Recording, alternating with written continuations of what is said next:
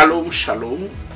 Je viens encore aujourd'hui dans vos maisons, dans cette église que j'appelle l'église numérique. Je viens encore parler d'un sujet de la parole de Dieu. Je viens parler encore d'un verset dans le livre de Jean, Jean 3. Et je parle d'une conversation que mon Seigneur a eue, mon maître a eue avec un homme qui s'appelle Nicodème.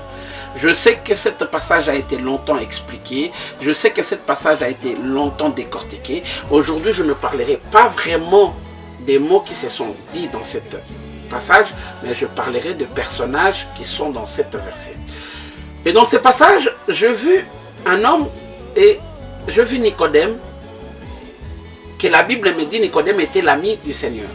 La Bible me dit Nicodème était membre du Sanhédrin. La Bible dit Nicodème était docteur de la loi.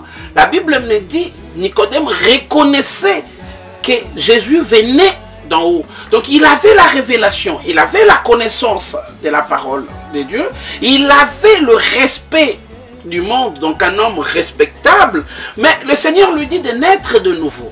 Alors c'est très important. Le problème c'est qu'au jour d'aujourd'hui, pour Christ, ce n'est pas avoir la connaissance, ce n'est pas se charger des versets bibliques, parce qu'au jour d'aujourd'hui, on peut écrire un verset biblique sur un mur que tout le monde peut lire.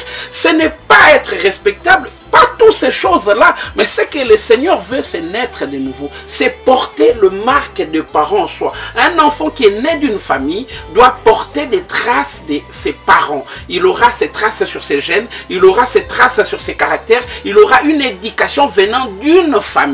Et c'est ce que le Seigneur attend de nous, que nous puissions porter en nous les signes de sa présence. Et non, nous, qu'on appelle chrétiens, c'est chargé des versets, c'est chargé de l'apparence. Ce que le Seigneur attend de nous, c'est d'être tel père, tel fils. Voilà pourquoi j'aimerais dire quelque chose. Le thermomètre d'un chrétien n'est pas du tout le don spirituel. Aujourd'hui, nous confondons les choses. Ce n'est pas sauter, ce n'est pas le parler en langue, mais le thermomètre d'un chrétien, c'est le fruit du Saint-Esprit dont Galates 5 parle.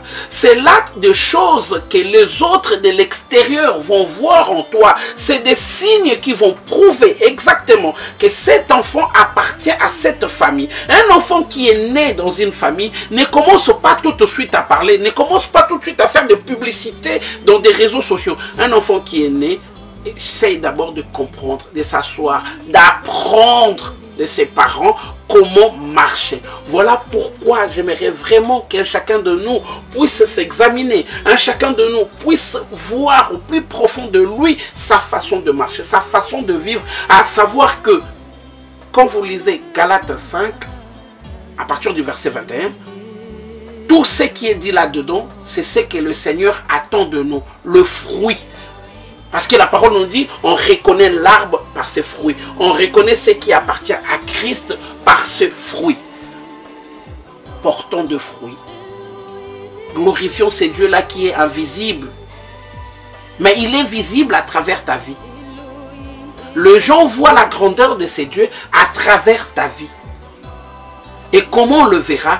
Pas à partir de parler en langue, pas à partir de miracles, mais à partir d'une vie qui était avant une autre chose et après avoir connu Christ et passé à une autre chose. Portons le fruit du Saint-Esprit. Shalom.